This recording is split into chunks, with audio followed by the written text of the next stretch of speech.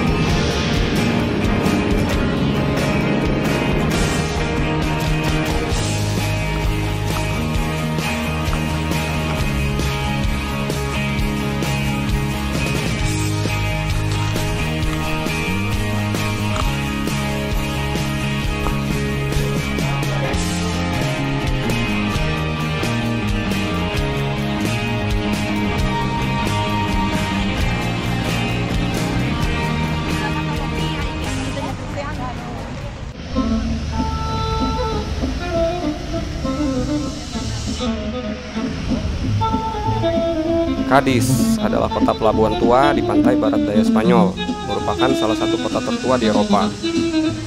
Aslinya kota ini adalah pulau, tapi kemudian dibangun jembatan reklamasi sehingga menyatu dengan daratan Eropa. Lokasi saya sekarang ini ada di Plaza de San Juan di dekat gedung balai kota. Jalan kaki dari stasiun kereta sekitar 10 menitan. Tempat ini bisa dibilang paling pas lah buat mulai kalau mau walking tour di kota Cadiz.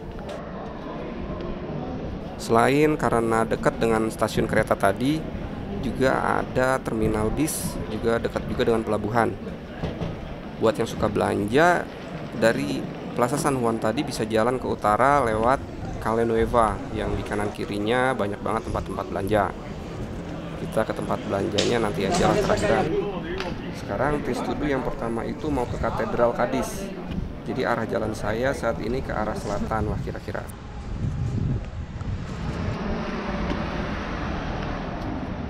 Bangunan katedral jadi yang paling mencolok seantero Cadiz, karena bangunan-bangunan di sekitarnya nggak ada yang lebih tinggi dari kubah katedral ini, sehingga kita bisa melihatnya dari jarak yang sangat jauh. Sedangkan struktur di atas saya ini adalah observation deck. Tapi di bawah ini apa ya? Kayaknya sih sampel dari barang-barang pameran museum, karena lokasi museum Cadiz sendiri nggak di sini. Nama resmi dari Katedral Cadiz yaitu Katedral Santa Cruz. Proses pembangunan gereja ini memakan waktu lebih dari 100 tahun, yaitu dari tahun 1722 dan akhirnya selesai pada tahun 1838. Gaya arsitektur barok yang diterapkan untuk katedral yang menjadi sebab utama lamanya pengerjaan proyek ini. Gaya arsitektur barok mengutamakan struktur-struktur yang sulit dalam teknik bangunan dan dekorasinya, karena tujuannya adalah untuk simbol perwujudan kekuatan, kekayaan, dan kekuasaan. Nah, kalau istilah sekarang itu flexing lah ya. Jadi bukan mengutamakan fungsi dari bangunan itu.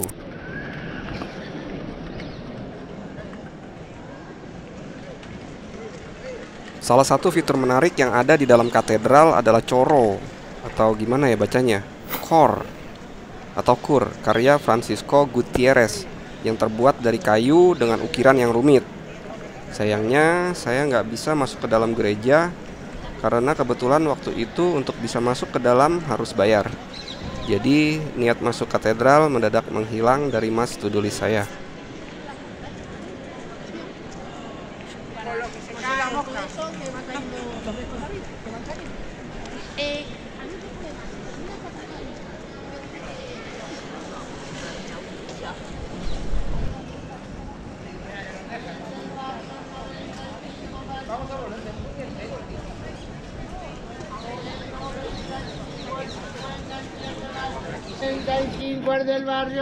Saya lanjut lagi mau balik ke pinggir laut tadi. Habis lihat gambar di postcard foto katedral dari pinggir laut, hasilnya kok bagus. Karena memiliki kubah, awalnya saya kira jangan-jangan katedral tadi adalah bekas masjid. Mengingat wilayah Andalusia ini pernah dikuasai kekhalifahan Moor dari Afrika Utara. Jadi seperti kasus katedral Mezquita di Cordoba, yang awalnya masjid kemudian setelah penaklukan dirubah menjadi katedral. Tapi kalau dilihat lagi, di katedral Mezquita justru tidak ada kubah. Jadi ternyata bentuk kubah di zaman dahulu itu tidak mesti terinspirasi langsung dari budaya Islam, tapi lebih dari selera pada masa itu untuk menonjolkan kemegahan, dan fungsi utamanya adalah mengurangi jumlah tiang. Meski begitu, pengaruh-pengaruh budaya bangsa Moor dan Islam Afrika Utara mungkin saja terlibat.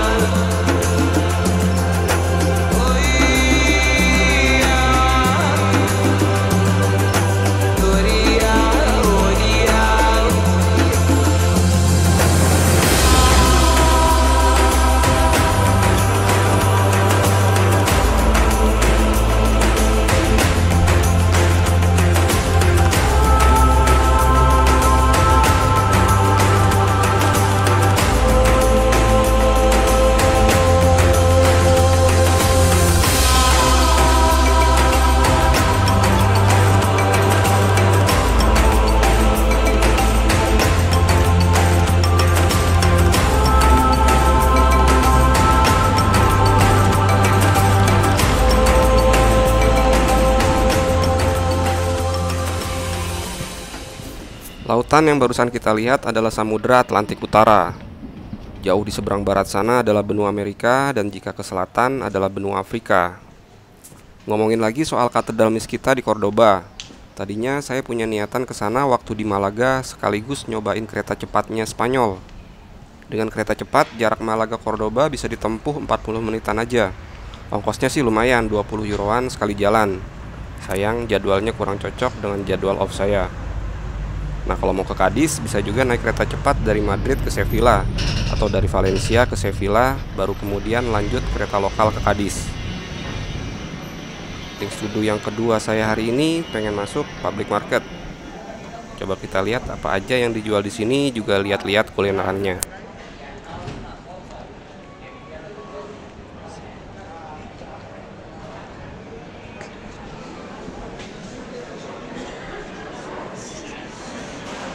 Lokasi pasar di Cadiz ini agak aneh sih menurut saya.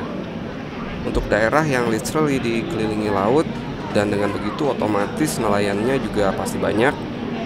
Lokasi pasar itu kan biasanya di pinggir laut untuk memudahkan nelayan untuk proses jual beli.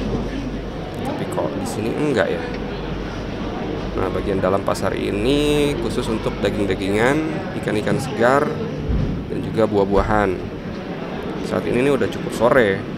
Jadi waktu ramai pasar ini tentu saja di pagi hari. Sekarang kita lihat area kulinernya, ada apa aja ya.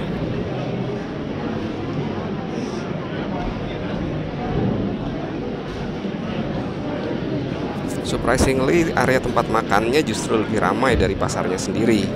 Kayaknya jajanan termurah di kota ini ya di sini ini ya mungkin. Seperti perkiraan saya, menu yang umum di sini mayoritas hidangan laut. Selain juga menu standar fast food seperti burger dan pizza. Cek menunya nih, apa aja ya. Ada omelet udang, marinated dogfish. Apaan tuh dogfish?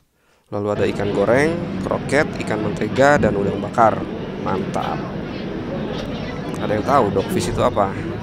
Ternyata dogfish itu sejenis ikan hiu. Ada yang mau coba makan ikan hiu? Habis jajan lalu saya ke kios di seberang. Penasaran jualan apaan, dari tadi ramai sendiri. Ternyata cicaron. Dan kemudian baru saya tahu kalau ternyata cicaron adalah original berasal dari Andalusia sini. Sayangnya haram. Skip, lanjut.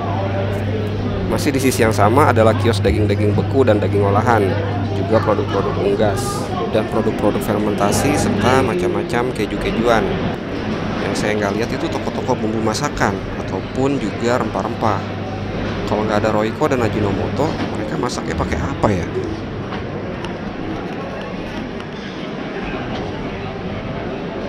Lalu saya berputar di sisi lain dari sisi area kuliner tadi. Di sini adalah area khusus sayur mayur dan buah-buahan. Yang saya cari itu mungkin kalau ketemu buah-buahan yang aneh yang nggak pernah saya temuin. Nah, kalau sayur-sayuran ini yang saya cari cabai rawit. Nggak ketemu cabai rawit, adanya cabai-cabai yang gede-gede ini. Belanja di pasar ini nggak ada tawar-tawaran harga ya. Harga-harga produk yang dijual sudah ditempel di setiap produk atau di papan daftar harga.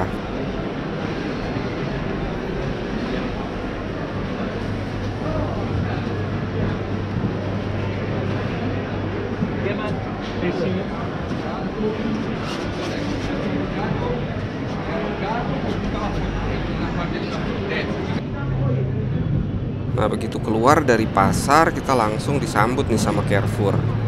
Jadi persaingan ketat nih ya antara pasar lokal dan supermarket modern. Tapi di sisi lain juga bisa jadi saling mendukung, karena barang-barang atau produk yang nggak ada di pasar mungkin bisa didapat di Carrefour atau sebaliknya. Nah, bumbu-bumbuan, mecin, saus, terasi, cabai rawit bisa dicoba cari di Carrefour, siapa tahu aja ada.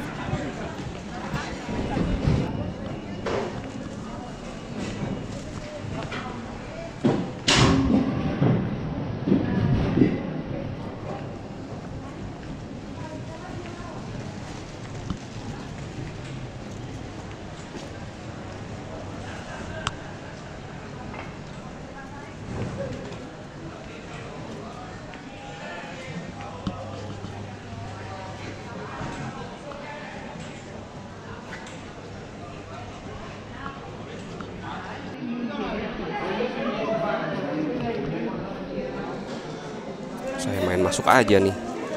Kalau banyak orang keluar masuk bangunan tua, biasanya itu gereja. Ternyata rumah sakit cuy. Serem juga ya kalau rumah sakit bentukannya kayak gitu. Bangunan-bangunan kuno, pertokoan dan tempat tinggal di area pusat kota Cadiz atau di distrik sentro ini sejatinya sudah ada dari abad ke-18 juga. Pada abad itu adalah periode yang penting dalam sejarah Cadiz, ketika kota mengalami pertumbuhan dan kemakmuran yang signifikan dikarenakan Cadiz menjadi salah satu pusat perdagangan dan kegiatan maritim yang penting di Spanyol. Dan kini peraturan undang-undang perlindungan warisan budaya mewajibkan bangunan baru untuk mengadopsi arsitektur kontemporer pada bangunan mereka agar menyatu dengan bangunan-bangunan yang sudah ada. Kalau saya sih lihat kota-kota kuno itu yang masih asli atau enggak dilihat dari jalanannya. Umumnya jalan-jalan kuno di Eropa bentuknya begini, pakai batu-batu disusun di jalan dan diratakan. Nah, kalau ngelihat jendela-jendela dipasang besi-besi teralis gini, berarti wilayahnya nggak terlalu aman. Jadi mesti lebih waspada.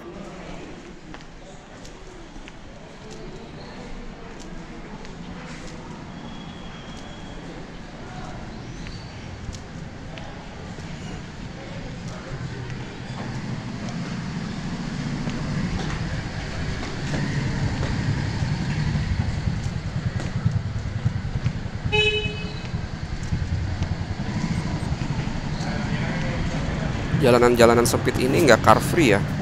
Meskipun terbilang sepi dari lalu lalang kendaraan bermotor, tapi tetap mesti hati-hati karena sewaktu-waktu ada aja kendaraan yang lewat. Dan sempit, cuma pas buat satu mobil. Kalau mobil-mobil box atau truk yang lewat, kita harus mepet-mepet ke tembok. Dan lebih waspada lagi sama skuter. Skuter-skuter otopet nih kalau lewat pada ngebut. Kota Cadiz ini lumayan punya nostalgia buat saya. Di kota ini dululah awal-awal saya mulai jalan-jalan yang menjelajah di luar negeri kemana-mana gitu.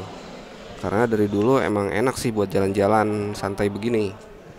Kalau dulu sih niatannya nyari cafe shop yang ada free wifi-nya yang agak ke pelosok, jadi jauh dari keramaian. Jadi internetannya kencang buat sendirian. Sempet nyasar-nyasar juga waktu nyari jalan balik. Nah, dari situ dapat kesimpulan yang paling penting kita harus punya kalau lagi jalan-jalan, yaitu satu, bahasa, minimal Inggris lah, dan sedikit-sedikit frasa bahasa lokal. Nomor dua, peta. Kita harus paham peta buta, karena kalau ngandelin Google Map, GPS-nya itu kadang ngaco. Kitanya di mana, tanda panahnya di mana. Dan nomor tiga, yang paling penting, pegang uang. Jadi kalau kesasar dan udah mentok, paling enggak kita punya uang buat naik taksi. Dan selalu pegang alamat hotel kita atau alamat apalah, pelabuhan atau lokasi patokan kita gitu.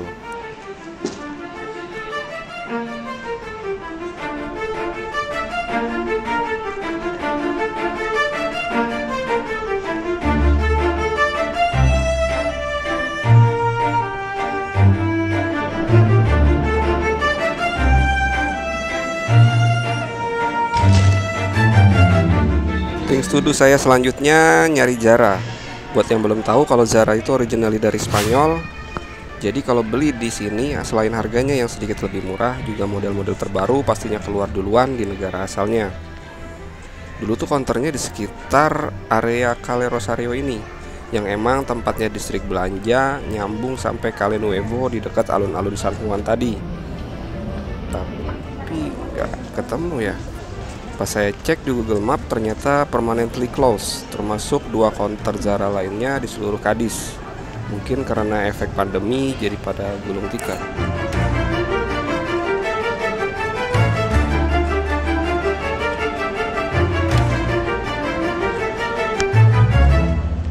Sekarang ini kita udah tiba di Calle Nuevo.